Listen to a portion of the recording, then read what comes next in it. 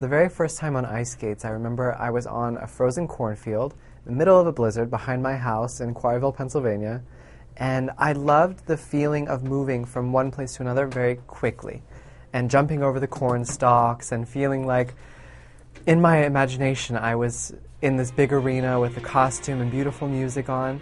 And it developed from there. I like the feeling of speed and movement. When I'm on the ice, I feel alive. I feel that I can express any emotion. I can express anything that I'm feeling at that moment. If I'm sad, then I feel like I can give that to the audience and they can feel that emotion. The same with being happy or, overjoyed or totally nervous. I remember watching the opening ceremonies of the '92 Winter Olympics in Albertville. I was staying up way past my bedtime at my grandmother's house in Pennsylvania, and we were watching all the pageantry and all the countries walking in, and just seeing so many different people from around the world coming together for one event. I thought it was so special. My parents sacrificed so much of their time, their energy, and their lives for me and my brother to follow our dreams because they felt that when they were young, they maybe didn't have all the opportunities that they wanted to have. So my mother's always said, you know what, I would give up anything for you and your brother to do what you want. And that is something that I can never repay, and it's not something that I can really fathom. I'm not selfless like that. I admire my parents so much for what they were able to do for me and my brother. I'll never be able to say thank you enough to my parents. I didn't have a normal school life. I didn't have that normal dating period in your teen years. I was always busy. I missed my graduation because I was off somewhere doing something. And those things I look back and yes, I regret a little bit that I missed out on a normal childhood. But at the same time, I was walking on the Great Wall of China when I was 15 years old. I was in Red Square when I was 17. And those kinds of things you can't ever take back. Thank you. Thank you. Well, I have an insane mind. I'll tell you that. There's so much going on up there all the time, 24/7, that it's hard to just grab those little ideas that pop in. I literally, around my apartment, have Post-its everywhere in different colors with different ideas that I've had throughout the day. And it's not just for figure skating, but for anything. And when I decide on music, that's the first thing that I need to really decide on. The music, and then the costume, and then the training comes after. How am I going to get to that point where I can actually show everyone this beautiful idea I have in my brain? But it's always just something that comes to me or something that inspires me from some other art form or just people walking down the street and what they've got on or what they're singing, the way they're speaking. Just there's always something.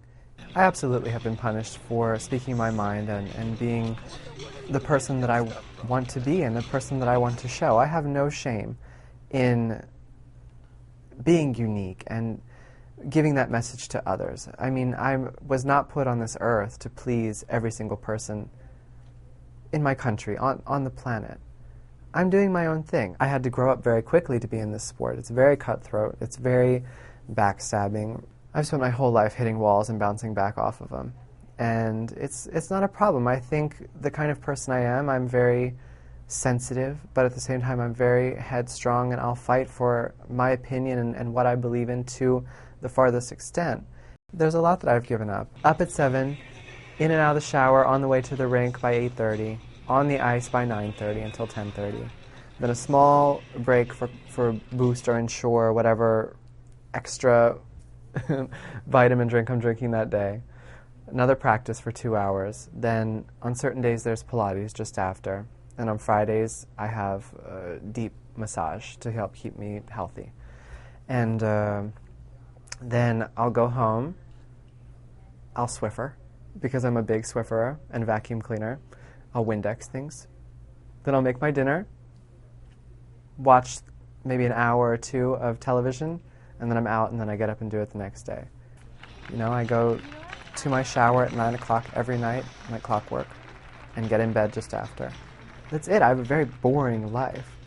So even if I've got Britney Spears or the Macarena on my iPod, so what? The Macarena's on my iPod. But in general, it's Christina Aguilera, my idol of idols, Lady Gaga. I listen to a lot of Russian music, so Sergei Lazarev, Dima Bilan, Bianca. these kind of Russian pop stars, as well as Amy Winehouse and Justin Timberlake. I love Elton John, and I have a very big appreciation for music. Different movies have inspired me over the years, but definitely La Vie en Rose, the story about Edith Piaf, it's in my heart. The Pianist. I love White Oleander. There are so many things that I love in this world. I can't just tell you just one. Johnny Weir will be a fashion designer that has taken over the entire world, and I'll be an ambassador for the United States to South Korea and Russia. Well, that's a very busy day for you. What would your fashion statement be? What's the signature Johnny Weir look in this fashion line? Too much is never enough. I think that's the way I live, and that's my style. And in the winter, it's not uncommon for me to be walking down the streets of Manhattan in really, really skinny jeans, some crazy boots, and a big fur. And that's me. I like avant-garde. I like something extra. I like something special.